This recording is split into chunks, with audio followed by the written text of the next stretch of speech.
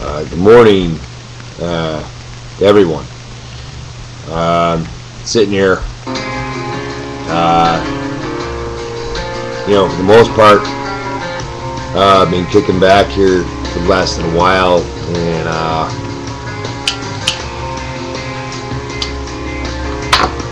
I've made a lot of different judgment calls, huh?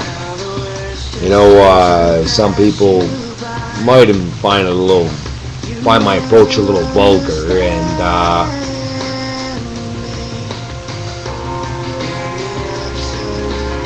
I am who the fuck I am. You know what I mean? I can't help that. The one thing that I want to let everyone know is that I think, in my personal freaking opinion, Donnie Zodiac is a very talented individual, obviously very intelligent.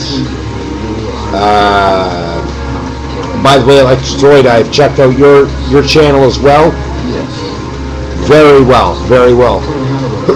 I'm actually putting on a little bit of a thing on Facebook right now. Those advocating lethal injection. You can actually find me at Robert Kane, Kingston Networks on Facebook. I'm trying to stay away from that stuff on Yearbook. Yearbook is more of a social thing, friggin' place for MILF, to tell you the truth. Anyways, but I wanted to, again, make everybody understand that although my opinions may not, in some regard, be, directly, kind of intact with a lot of views. Remember this, that I respect everybody. And that's something that comes natural to me. Unless you fucking disrespect me, it was like we were at a bar, you know what I mean? And if you disrespected me at a fucking bar, well, I grab a whiskey bottle and smash you over the fucking head with it, If you're going to question my knowledge, that's called criticism, and I believe I've already told people on a number of occasions that I'm very open to that. The bottom line is, though, ladies and gentlemen,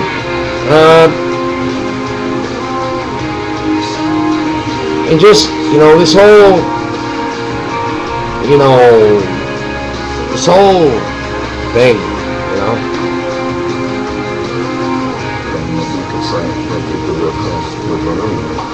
Does anybody hear that in the background? My partner campaign was so insignificant, I'm embarrassed that I should take to with publicity from it.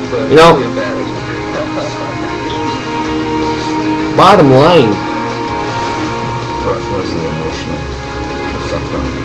What happened in the woods after that?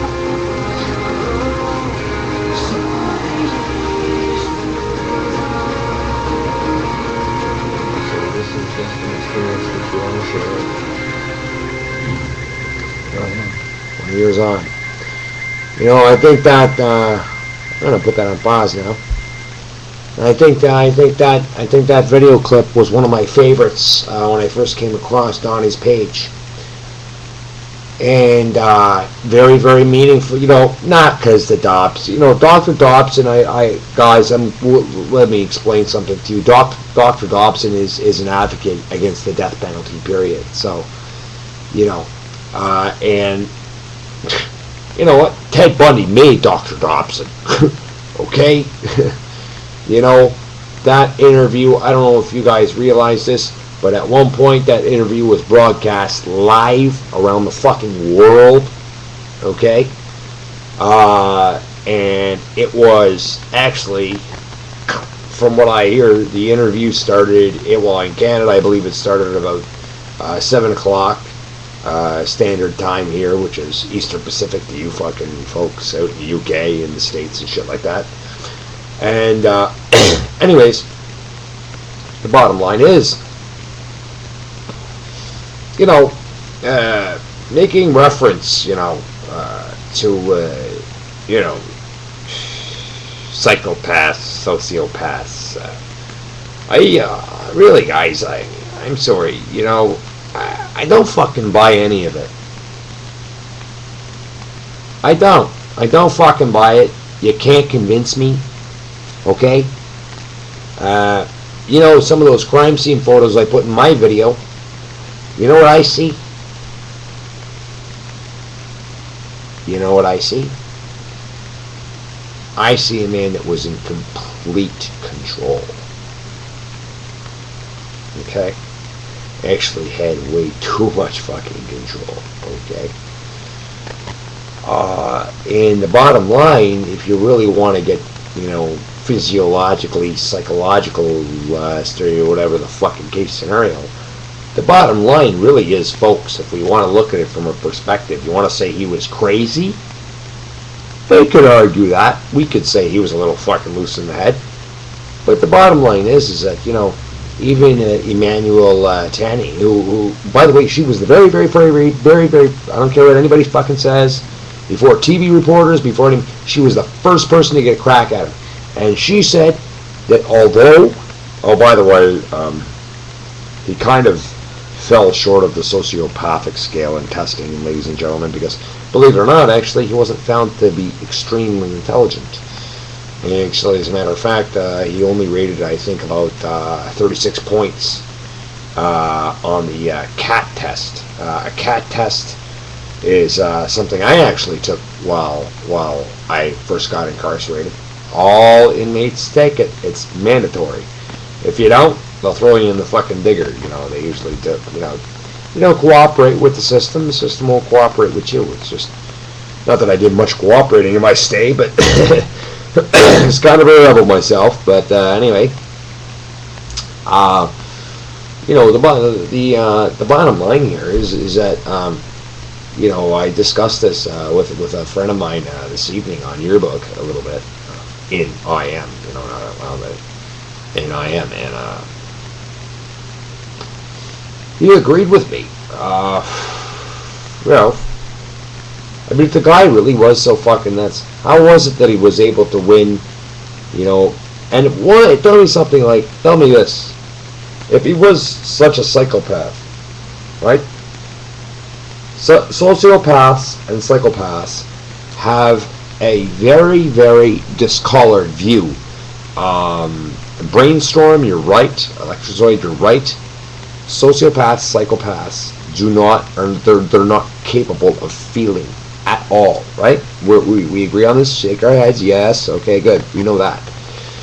Now, has anybody given it the thought, why was it so important for him to win back the lost love of his life? Why was it so important? Why was it so important? And then we're going to ask, okay, gets back together with Steph, you know what I mean? Everything's going rocking and fucking roll. Proposes to her. And then after 2 fucking weeks of not hearing from him, she goes to call him. He moved out of his fucking place.